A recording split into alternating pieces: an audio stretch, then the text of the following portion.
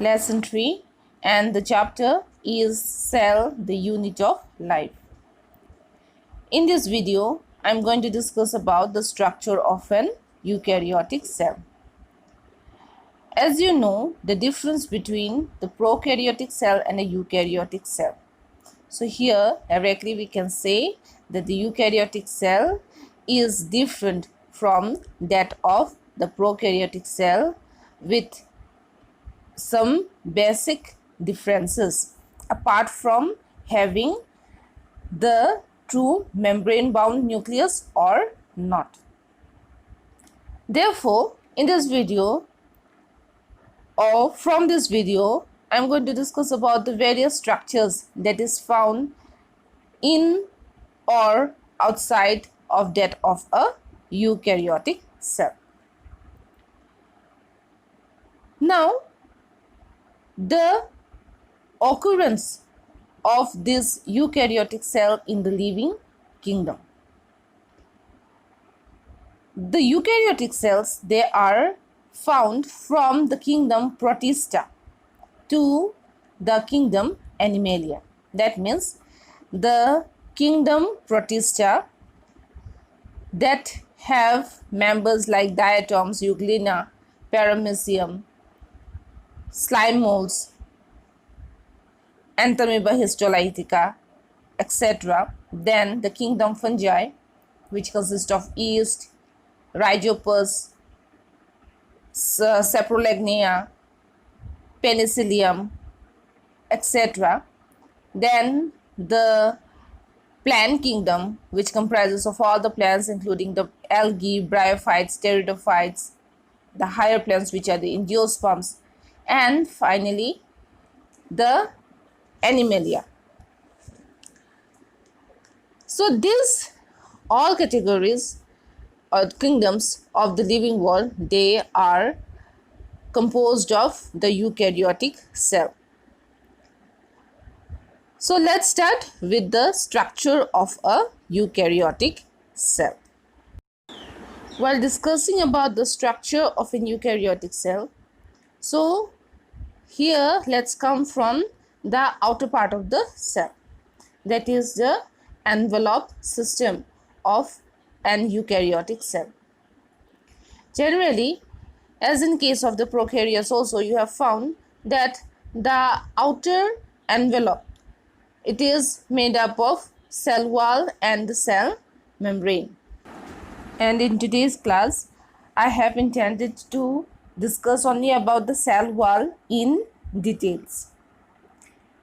Now, where or what kind of cell bears cell wall? So this cell wall, it is found in case of the protist such as diatoms, euglena, paramecium. Then in case of the fungi and plant kingdom, the cell wall, it is absent in case of the kingdom that is Animalia. That means the animals, they do not bear any kind of cell wall, though they are eukaryotic. But apart from that, the other kingdoms, that is Protista, fungi and plants, they basically bear the cell wall like that of the prokaryotic cell. Now, what is this cell wall? Cell wall, it is the outer rigid, protective, non-living and semi-transparent covering of plant cells, fungi and some protists. And this cell wall, it was discovered by Robert Hooke in the year 1665, as he had seen that some wall-like structures, they were present when he observed those coccyx under the microscope.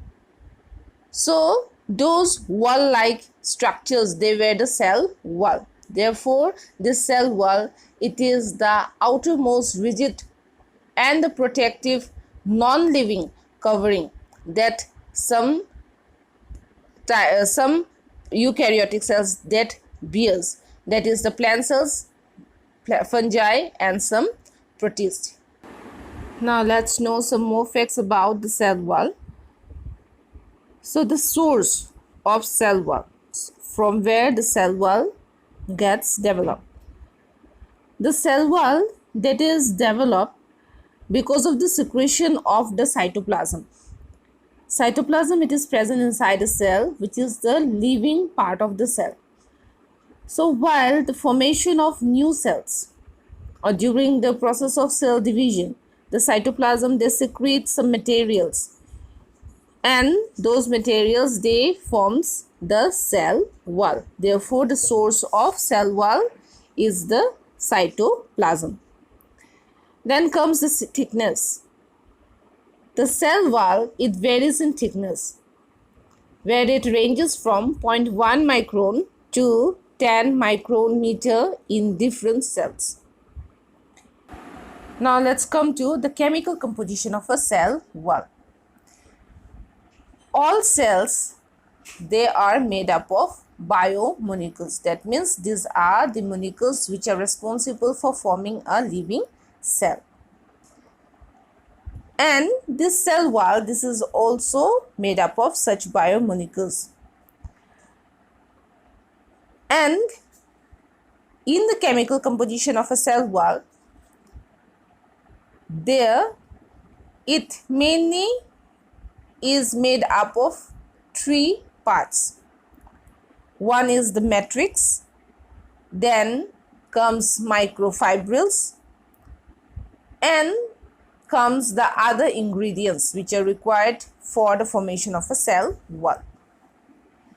Now let's know the term matrix. Whenever the term matrix appears, what does it mean? Matrix, it is made up of water, it is 60% water, hemicellulose, which is a carbohydrate. So this hemicellulose, this is of the amount 5 to 15%. Pectin substances, this is also carbohydrate.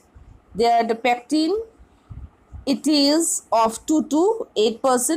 Then lipids, those are the fats and oils, that is 0.5 to 3%. And the protein, which is found in very less amount, that is 1 to 2%. So what is this matrix? Matrix, it is a jelly-like substance which is present inside or outside of a cell, and that is mainly the cementing layer. You can call that to be the cementing layer, or the filling up or filling agent for a particular cell. And this matrix, it is made up of water, which is 60%, hemicellulose 5 to 15%, pectin substance, that is 2 to 8%, lipids 0.5 to 3%, and proteins 1 to 2%. Now, specially for a cell wall, it is made up of another component which is called as the microfibrils. And these microfibrils, they are made up of mainly the carbohydrates, where in case of a plant cell, it is cellulose. As you know that a plant cell, or you have studied it earlier, that a plant cell, it is made up of cellulose. So this cellulose, this is regarded as the microfibril. In case of a fungal cell, that is called as the fungal cellulose or chitin. Similarly, in the last class, as you have known there, a term which is called as the peptidoglycan, which is found in case of a prokaryotic cell. So that is also a microfibril.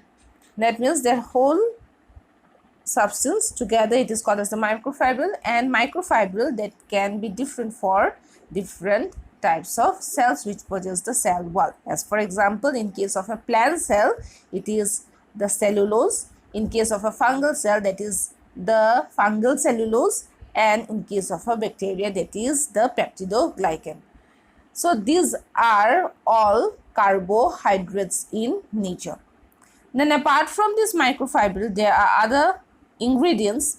Say for example, the minerals such as iron, calcium carbonate, waxes, tannins, resins, gums, lignin, cutin, suberin, silica. So all such kinds of materials are also found in the cell wall. And these three components together that makes the cell wall, and these three components are matrix, microfibrils, and the other ingredients including the mineral salts. So this is all about the chemical composition of the cell wall. Now let's come to the main point, that is the structure of a cell wall.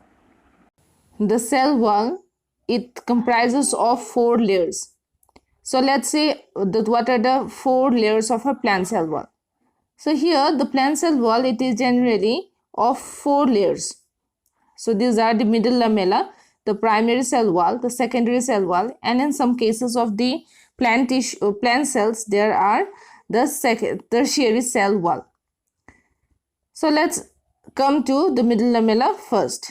The middle lamella, it is a thin amorphous and cementing layer between 2 adjacent cells. So it is found between 2 adjacent cells, which acts as the cementing layer. As you know that the cells, they are adjacent to each other. Now every cell, they have the primary and the secondary wall. Now in between the primary walls there exists the cementing layer, which is called as the middle lamella, and it is regarded as the first layer, which is deposited at the time of cytokinesis. That means during the time of cell division. So it is situated between the primary cell wall, and it is made up of calcium and magnesium peptides. So this cementing layer, which is called as the middle lamella, it is made up of the calcium and the magnesium peptides, and it acts to hold the adjacent cells together. So in that way the adjacent cells, they remains bind to each other. Now in case of some other cells, there are also pectin material or pectin substance which is found there in the middle lamella. Then comes the primary cell wall. So this primary cell wall, this is the first formed wall of the cell, which is formed inner to the middle lamella. That means towards the inner side of the middle lamella, there comes the primary cell wall. A thin and a flexible and extensible layer. And this is a very thin, which is around 0.1 to 3 micrometer in thickness and capable of extension. It is elastic in nature. So it is made up of microfibrils.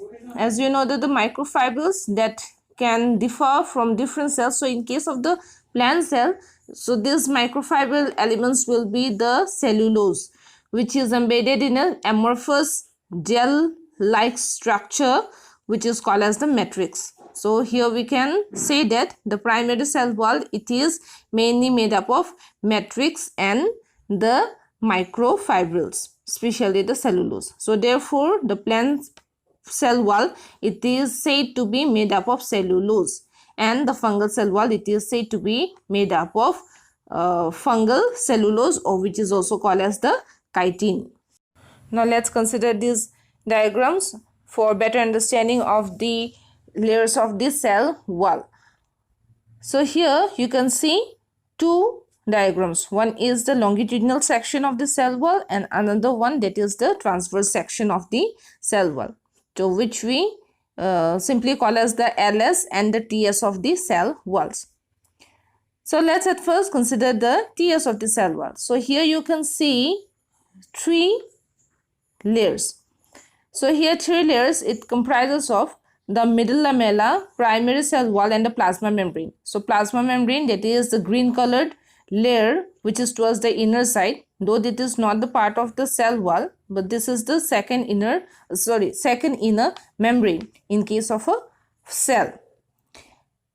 Now the middle lamella. So middle lamella, so this is the cementing layer, as I have said, that it is found adjacent to 2 cells, and next to it you can see some rod-like structures, and these rod-like structures, these are the cellulose microfibrils, or that can be different for that of the fungal cells, or similarly like that. So this is the primary cell wall, where they are binded by the different bones, and over that comes the gel-like matrix.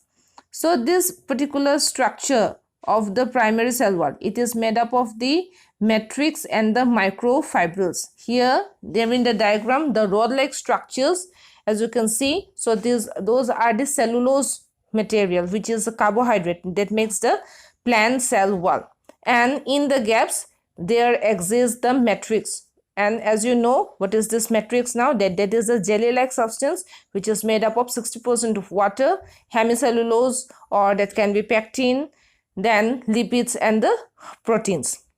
And apart from that, there can form the secondary and the tertiary cell wall. So this secondary and the tertiary cell wall, they are formed inside, towards the inner side of the primary cell wall, that is in between the cell membrane and the primary cell wall. From the longitudinal section of the cell wall between two adjacent cells, see that how these layers they will be arranged. So here this is the middle lamella, which is just in between the two cell walls. Now towards the inner side, it will go towards the inner side, that after the middle lamella it will come the primary cell wall, and just after the primary cell wall comes the secondary cell wall, that will be towards the inner side of the cell. And this secondary cell wall, it will be extremely rigid and provide strength to the cell. Generally it is not found in all the types of cell. Say for example, as we have studied in case of the plant tissues, there the sclerenchymatous cells, they possess the secondary cell wall, which will be made up of lignin, then comes chitin, cutin.